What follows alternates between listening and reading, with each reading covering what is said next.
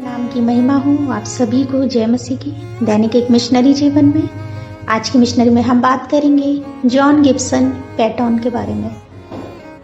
इनका जन्म 25 अप्रैल 1824 ईस्वी में स्कॉटलैंड देश के किर्कमोह शहर में हुआ। इनकी मृत्यु 28 जनवरी 1907 ईस्वी में। मसीह सेवा कार्य नई हेब्रिड्स। जॉन गिब्सन पैटन स्कॉटलैंड देश के मिशनरी थे जिन्होंने दक्षिण प्रशांत के न्यू हेब्राइड्स द्वीप में सेवा की। उन्होंने एक पेरिस स्कूल में पढ़ाई की और केवल 12 वर्ष की आयु में उन्होंने कपड़ा उत्पादन व्यापार सीखा। उनके पिता के प्रार्थनापूर्ण जीवन ने उन्हें बहुत प्रभावित किया और उन्होंने महसूस किया कि परमेश्वर उन्हें मिशनरी सेवा के लिए बुला रहे हैं। उचित समय पर वे धर्मशास्त्र के और चिकित्सा का अध्ययन करने के लिए ग्लासगो विश्वविद्यालय गए। डिग्री प्राप्त करने के बाद उन्होंने ट्रैक्ट्स का वितरण करते हुए ग्लासगो में गरीबों के बीच मिशनरी सेवा शुरू की।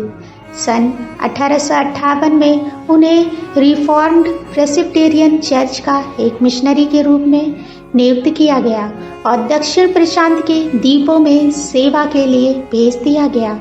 अपनी पत्नी मैरी एन रॉबसन के साथ पैटन ने 1858 में दक्षिण प्रशांत क्षेत्र के लिए निकल पड़े और तन्ना द्वीप में काम करना शुरू किया। तन्ना के मूल निवासी नरभक्षी थे और अंधविश्वासों से भरे थे। द्वीप पर उनका प्रवास संक्षिप्त पर दुखद था।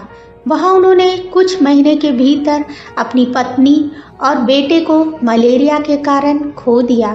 उन्होंने अपने घर के करीब शवों को दफनाया, लेकिन उन्हें नरभक्षण से बचाने के लिए कई रात जागना पड़ा। स्थानिकों ने उन पर कई बार हमला करने पर भी पैटन ने उस शत्रुतापूर्ण माहौल में सेवा करना जारी रखा।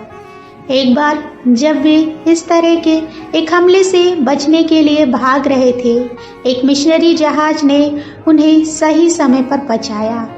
पैटन को तब प्रशांत मिशनों के लिए धन जुटाने के लिए ऑस्ट्रेलिया भेज दिया गया था। उन्होंने न्यू साउथ वेल्स, विक्टोरिया, दक्षिण ऑस्ट्रेलिया और तस्मानिया की यात्रा की और चर्चों में मिशनरी उत्साह बढ़ाया। 1866 में न्यू हेब्राइड्स लौटने के बाद उन्होंने अनीबा द्वीप में एक मिशन स्टेशन की स्थापना की। वहां के मूल निवासी भी तन्ना द्वीपों की तरह नरभक्षी, क्रूर और बर्बर थे। उन्होंने नया नियम का अपनी भाषा में अनुवाद किया और उन्हें उनका पहला भजन पुस्तक भी दिया। वे मूल निवासी और बीमारियों से होने वाले खतरों के बावजूद नियमित रूप से आराधना कार्यक्रम चलाए। कई वर्षों का सहनशील सेविकाई के बाद पूरे अनीबा द्वीप ने मसीह को अपने उद्धारकर्ता के रूप में स्वीकार किया। प्रिय, आपके समुदाय में मिशनरी उत्साह को बढ़ाने में आपकी क्या भूमिका है? प्रभु मुझे दूसरों में मिशनरी काम के प्रति रुचि और उत्साह पैदा करने में मदद करें। आमीन। प्रभु आप सभी को आशीषित करें।